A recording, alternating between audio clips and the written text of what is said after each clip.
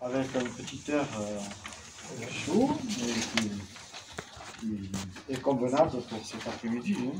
On n'a pas à se plaindre, on est très bien placé. Donc il a choisi le premier texte, c'est dans Exode 20. Donc Exode 20, normalement vous le connaissez par cœur, mais comme des fois on peut être oublieux, je vous le relis et vous vous souvenez de quoi il s'agit. Merci. Voilà, c'est 10 commandements. Thierry a tenu à ce qu'on puisse les lire ce jour-là. Donc il est question dès le départ de cette charte de l'alliance qu'on appelle, que Moïse fait avec Dieu et tout son peuple. Et Dieu prononce cette parole: je suis l'Éternel ton Dieu qui t'ai fait sortir d'Égypte, du pays où tu étais esclave. Et puis il lui donne un premier commandement: tu n'auras pas d'autre Dieu que moi. Le deuxième commandement: tu ne te feras pas d'idole, ni de représentation quelconque de ceux qui se trouvent en haut dans le ciel, ici-bas sur la terre. Tu ne te prosterneras pas devant elle, devant de telles idoles. Tu ne rendras pas de culte, car moi, l'Éternel, je suis un Dieu qui ne tolère aucun rival. Je punis les fils pour la faute de leur père jusqu'à 3 générations, voire 4e génération, de ceux qui me haïssent. Mais j'agis avec amour jusqu'à 1000e génération, envers ceux qui m'aiment et qui obéissent à mes commandements. Et puis le 3e commandement: tu n'utiliseras pas le nom de l'Éternel ton Dieu en vain ou pour tromper, suivant les versions, car l'Éternel ne laisse pas impuni celui qui utilise son nom pour tromper. 4e commandement: pense à observer le jour du sabbat et fais-en un jour consacré à l'Éternel. Tu travailleras 6 jours pour faire tout ce que tu as à faire, mais le 7e est le jour de repos, consacré à l'Éternel ton Dieu. Tu ne feras aucun travail ce jour-là, ni toi, ni ton fils, ni ta fille, ni ton serviteur, ni ta servante, ni ton bétail, ni l'étranger qui réside chez toi, car en 6 jours l'Éternel a fait le ciel et la terre et la mer et tout ce qui s'y trouve, mais le 7e jour, il s'est reposé. C'est pourquoi l'Éternel a béni le jour du Shabbat et en a fait un jour qui lui est consacré.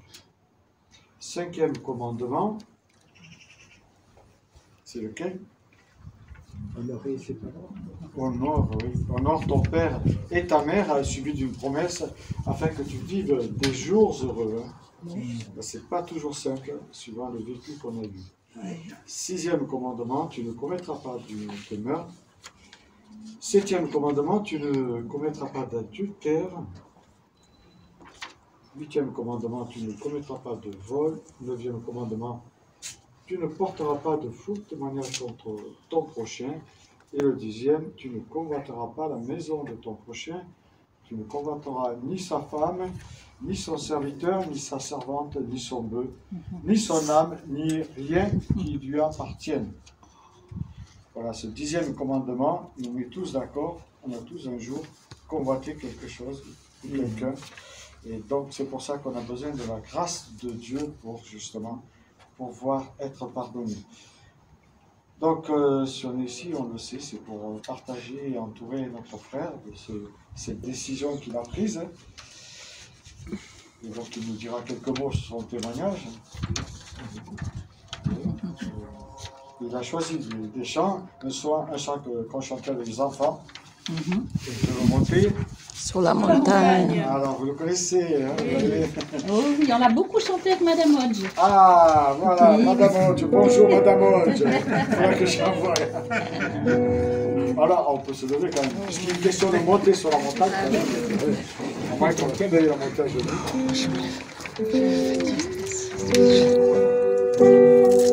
Je veux monter sur la montagne, c'est là que l'on rencontre Dieu, c'est là que la joie nous inonde et que l'eau nous ouvre les yeux.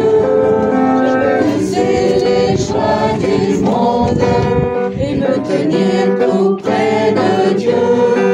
Je veux monter sur la montagne, c'est là que l'on est heureux. C'est le chemin rocailleux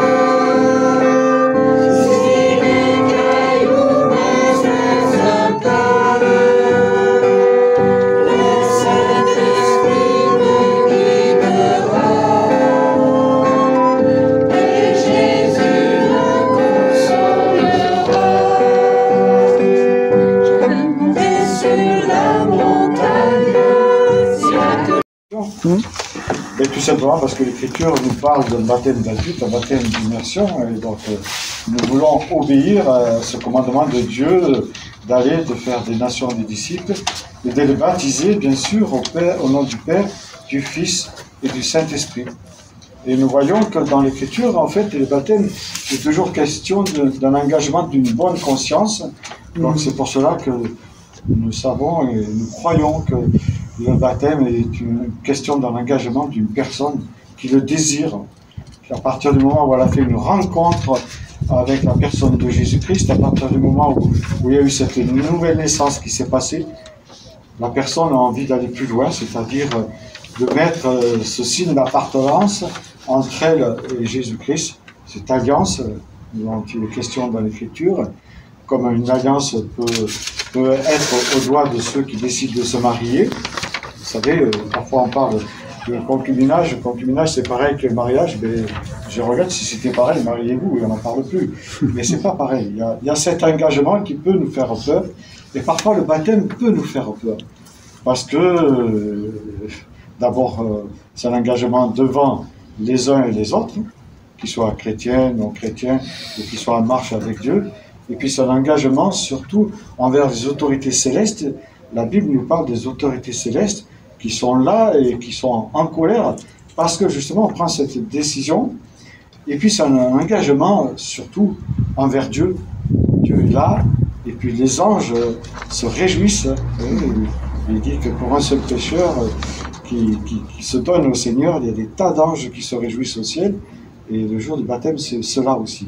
C'est pour ça que le baptême, c'est pas toujours facile de prendre la décision de se faire baptiser en ayant cette conscience de ce que Dieu nous demande, parce que ça engage beaucoup de choses de notre part. Et on sait que parfois, on peut avoir un peu peur de passer à l'acte supérieur, on pourrait dire, entre guillemets, de vouloir obéir jusqu'à aller à passer par les eaux du baptême. Il y en a plusieurs passages dans l'Écriture où on voit chaque fois que le baptême est un engagement de personnes qui ont pris eux-mêmes la décision. Et il y a toujours ce verbe « avoir » et qui ont reçu quelque chose et qui ont cru donc, à la personne de Jésus-Christ et qui ont pris cet engagement. Et le baptême, on le retrouve très tôt dans l'Écriture, on le retrouve très tôt dans l'histoire de l'Église. Puis petit à petit, l'histoire a dévié, on le sait. Mais ce baptême est si précieux que beaucoup ont donné leur vie pour le baptême. Beaucoup ont donné leur vie. On peut penser aux anabaptistes, par exemple, qui ont été souvent persécutés parce que, justement, ils ont voulu revenir à l'Écriture et au sens du baptême de l'Écriture. Et donc, ils ont été persécutés.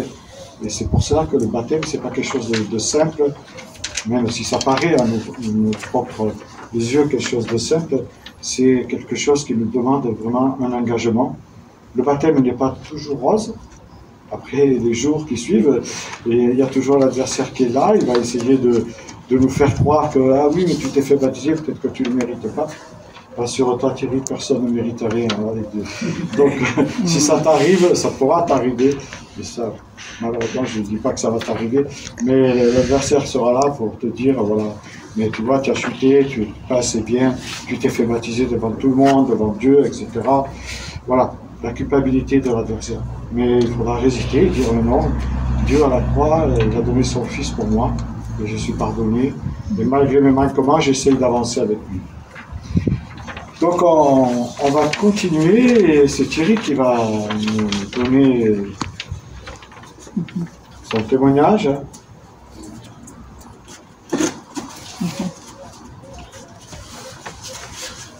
Tu peux rester debout si tu veux. Oui, c'est mieux. Voilà, comme ça on te voit. En fait, ça fait 44 ans que je connais la parole de Dieu, c'est-à-dire ça fait pas 2 jours, ça fait pas 3 jours, ça fait 44 ans. 44 ans de recherche, où en fait c'est souvent moi qui me recherchais plutôt que je crois que Dieu m'avait déjà trouvé. Moi qui étais un petit peu dans la fuite, je crois que je prenais un petit peu dans la Bible ce qui m'arrangeait. Et j'en faisais une espèce de livre de cuisine, mais la Bible c'est pas un livre de cuisine où ça m'intéresse, ça m'intéresse pas. On la prend telle qu'elle est, et on prend l'engagement effectivement un jour. de suivre ou de ne pas suivre Dieu. Et je pense que, comme le disait Pascal tout à l'heure, à partir du moment qu'on fait le choix de s'engager, il y aura des moments difficiles. Mais je crois que depuis le temps que je vais à l'église, j'en ai vécu quelques-uns déjà de mon côté, quoi. Mais voilà, je ne choisis pas la voie de la facilité. Jésus nous le dit quand il nous parle de la petite porte et de la grande porte. Il n'y a pas de porte à double battant. C'est une porte qu'on prend une fois pour toutes. Et on y va avec son cœur, on y va avec sa foi, et on y va avec ce qu'on a dans le ventre et dans le cœur. Et je pense que quand on se rend compte du sacrifice de Jésus sur la croix, on se dit que les épreuves qui peuvent nous attendre, c'est pas spécifiquement grand-chose, quoi. C'est juste les épreuves qui nous attendent, elles sont prescrites dans la Bible.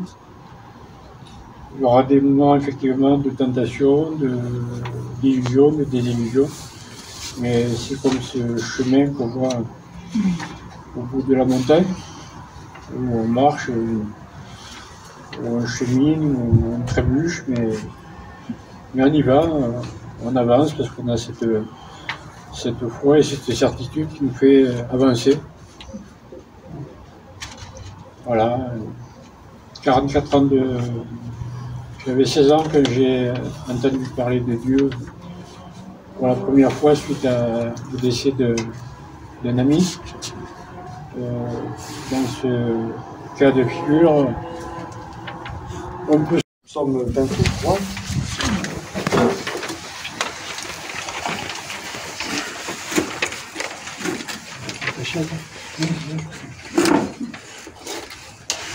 Ce psaume qui est attribué à David,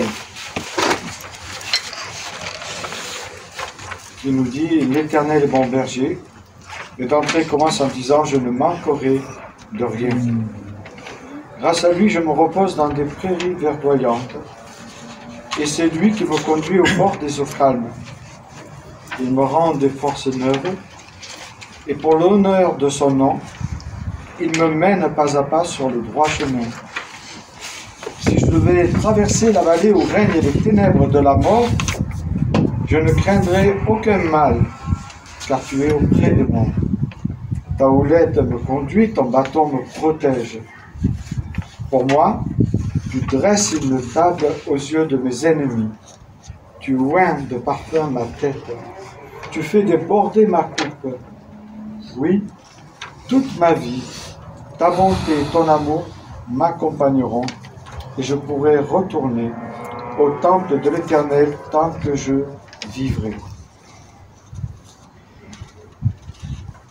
Voilà, David, ce berger, ce poète, ce roi, ce guerrier aussi, a écrit des choses fantastiques, des choses qui venaient du cœur et sous l'inspiration de Dieu, en tout cas, c'est ce que je crois, en disant que Dieu pourvoit en toutes choses. Et David a vécu des choses compliquées dans sa vie, que ce soit avec ses proches, mais aussi avec ses enfants. Ça n'a pas été simple. Ça n'a pas été un fleuve tranquille, sa vie, à David. Et pourtant, il commence en disant « Je ne manquerai de rien ». À un moment donné, il a été expulsé de son royaume. Et il nous écrit cela « Je manquerai de rien ». À un moment donné, il avait été obligé de faire le fada pour pas qu'on l'arrête. Et il dit « Je ne manquerai de rien ». Il avait cette confiance incontestable que Dieu l'amènerait dans de verts pâturages à un moment donné de sa vie. Ce vert pâturage, bien sûr, avant d'y arriver, il y a des collines à franchir, il y a des montagnes à monter, et parfois il y a le vent, parfois il y a le froid, parfois il y a trop de chaleur. Mais Dieu nous dit que son désir à lui, c'est de nous amener dans ces verts pâturages qui nous amènent à trouver le calme, à trouver la paix dans notre cœur. Et nous savons que beaucoup d'hommes et de femmes veulent trouver la paix, et ils essayent toutes sortes de choses. Ils s'égarent dans beaucoup de choses. Ils n'arrivent pas à trouver cette paix que Dieu nous donne quand on a cette relation personnelle avec lui. Pas parce qu'on est meilleur, mais parce qu'à un moment donné, eh bien, on a saisi cette main qui nous tendait et on est prêt à le suivre malgré les chemins qui peuvent être semés de pierres ou d'embûches. Donc il nous dit que Dieu lui a rendu des forces neuves. Tout simplement à cause de l'honneur de son nom, à cause du nom que nous portons. Dieu veut que nous soyons des chrétiens heureux. Heureux, ça ne veut pas dire que nous n'aurons pas affronté des moments difficiles. Mais heureux, ça signifie que Dieu met sa bénédiction sur nous et qu'il nous accompagne sur ces chemins qui peuvent être difficiles. Il est toujours avec nous. Il ne lâche jamais la main parce qu'il est un Dieu fidèle. Et tous les verbes actifs ont Dieu pour sujet et c'est assez intéressant. Dieu est en action dans nos vies, même si on ne le voit pas. Et c'est quand on s'est converti qu'on fait une rétrospective des événements qui nous sont arrivés. Nous disons, mais là, Dieu a été là, il a mis sa main. Là, il a mis sa main. Là aussi, il a mis sa main. Mais comment je ne pouvais pas le voir avant? Et Paul nous parle justement de cet aveuglement qu'on peut avoir. On peut être là en écoutant la parole, mais être aveuglé, hein, avoir les oreilles qui sont ouvertes, mais ne pas comprendre ce que Dieu veut nous dire. Et justement, l'apôtre Paul, il a été obligé de voir Dieu face à face pour que des écailles tombent de ses yeux, pour qu'il le rencontre personnellement et pour que ça bouleverse sa vie. Et justement, le baptême est là aussi pour nous montrer que notre vie a changé. Nous ne voulons pas tomber dans une religiosité, comme Jésus a combattu souvent la religiosité dans laquelle on pouvait tomber, parce qu'on tombe vite dans la religiosité. Mais Dieu veut nous amener à cette relation personnelle avec lui, relation qui nous donne de comprendre qu'il est un Père aimant, un Père à qui on peut se confier, un Père à qui on peut tout amener, tout lui dire, lui parler librement, parce qu'il nous aime inconditionnellement. Et il connaît le fond de notre cœur, il sait qui nous sommes, il sait ce que nous vivons au fond de nous, il sait nos combats, il sait que la vie n'est pas toujours simple et facile, mais il nous aime malgré cela. Et c'est intéressant parce que David parle d'adversité, et lui il en a connu énormément de l'adversité. Il dit, face à l'adversité, toi tu dresses une table aux yeux de mes ennemis, et tu oins de parfum ma tête. Voilà, Dieu nous rappelle, qu'il nous donne sa bénédiction, même dans les moments les plus durs. Et que justement on peut trouver la paix en ayant cette relation avec lui personnelle. Et retourner dans sa maison, comme David le proclamait, parce que pour lui c'était cher de pouvoir se retrouver avec Dieu. Et pour nous ça devrait être cher de pouvoir nous retrouver avec Dieu. Dieu pourvoit en tout et pour tout. Il est même un Dieu qui peut nous rassasier de toutes choses, nous apprendre à nous satisfaire de la richesse, comme dit Paul, comme des moments de pauvreté, à partir du moment où on a la paix de vivre dans notre vie. Et ce berger est compatissant. Il nous rappelle, au travers de tous ces psaumes que David a écrits, que ce grand berger, qui est Jésus-Christ, est le berger compatissant, le berger des bergers, nous dit l'apôtre Pierre.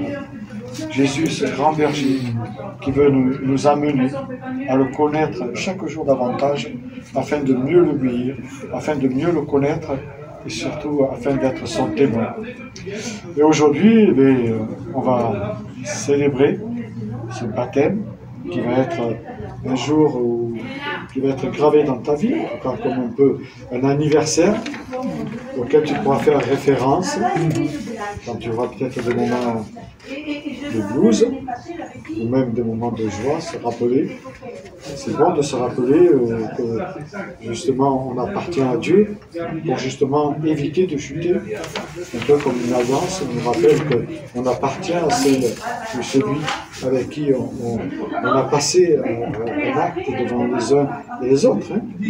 Et donc voilà, on est content pour toi Thierry, content pour la communauté chrétienne, mais surtout content que que justement tu prennes cette décision.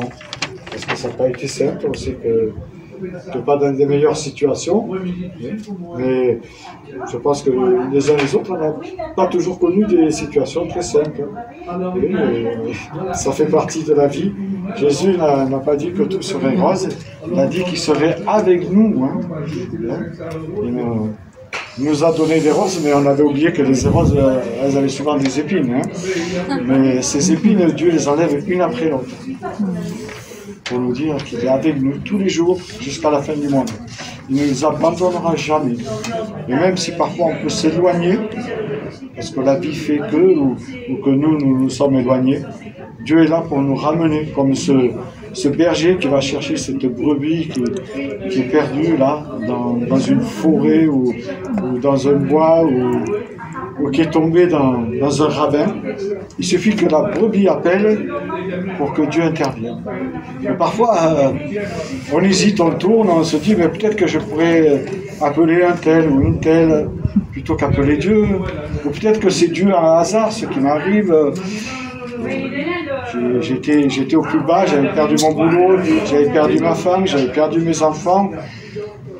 Et maintenant, je retrouve un boulot qui me rémunère énormément. C'est du hasard, certains disent. Mais le hasard, on sait très bien qu'il y a deux derrière.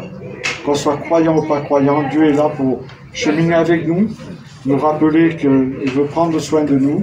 Après, bien sûr, on peut fermer son cœur, on peut fermer son oreille, ou chercher ailleurs. Mais c'est dommage d'attendre, quoi. Donc voilà, on va procéder à ce temps d'immersion. Mais à deux événements, deux en un. Parce que avec Thierry, avec Jean-Pierre, eh bien, il y aura un temps de proclamation. Thierry va dire oui ou non avant d'être baptisé. Et la proclamation est quelque chose de très important. C'est pas moi qui le dis, c'est dans Romains, chapitre 10, versets 9 à 10. Si de ta bouche tu affirmes devant tous que Jésus est le Seigneur, et si tu crois dans ton cœur que Dieu l'a ramené d'entre les morts, tu seras sauvé. C'est par le cœur, en effet, que l'on croit, et Dieu rend justice à celui qui croit. Et c'est par la bouche qu'on affirme, et Dieu sauve qui fait ainsi.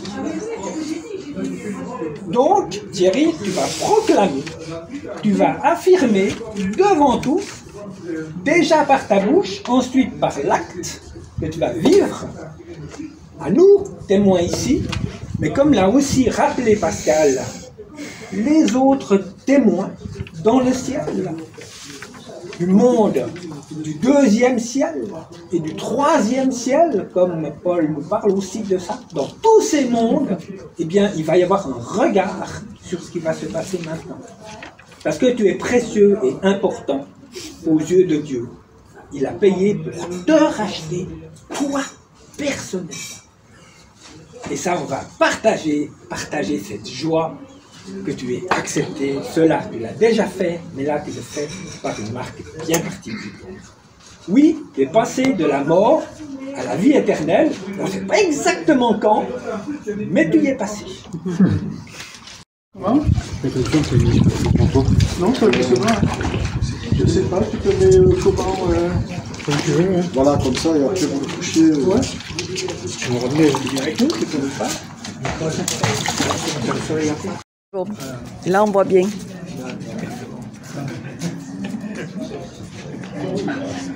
Thierry, je vais te poser quelques questions. Alors, j'ai suivi un texte bien précis, je crois que c'est la confession méthodiste en plus. Voilà, l'évangile méthodiste, oui, pardon. Te repens-tu de tes péchés? Oui. Veux-tu renoncer à tout mal et mettre confiance que dans la grâce de Dieu? Es-tu prêt à confesser ta foi en Jésus-Christ, ton Seigneur et Sauveur, et à te soumettre à sa souveraineté? Acceptes-tu les Saintes Écritures de l'Ancien et Nouveau Testament comme règle de conduite divine ta foi, ta vie en Jésus-Christ. Veux-tu être baptisé dans cette foi et être accepté dans l'Église de Jésus-Christ, lui rester fidèle toute ta vie? Es-tu prêt à mener une vie chrétienne selon la grâce que Dieu t'a accordée? Oui. Je te baptise au nom du Père, du Fils et du Saint-Esprit.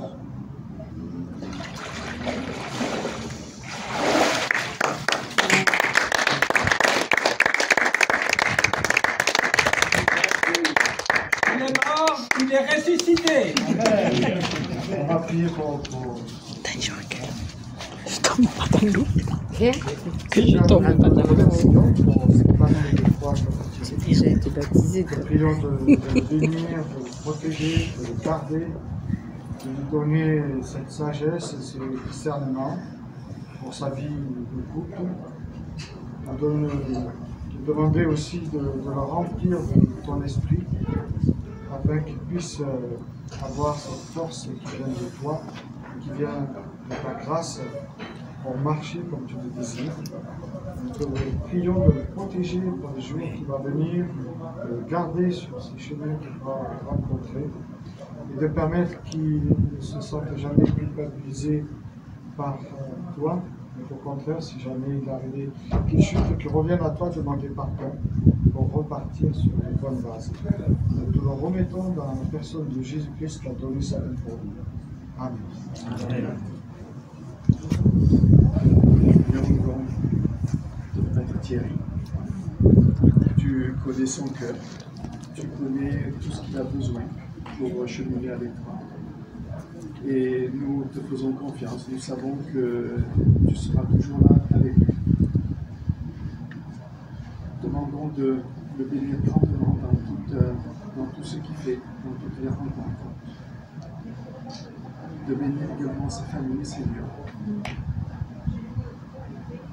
Merci pour ce moment, Seigneur, que tu as permis que nous partagions, qu'il partage son nom avec nous, Seigneur.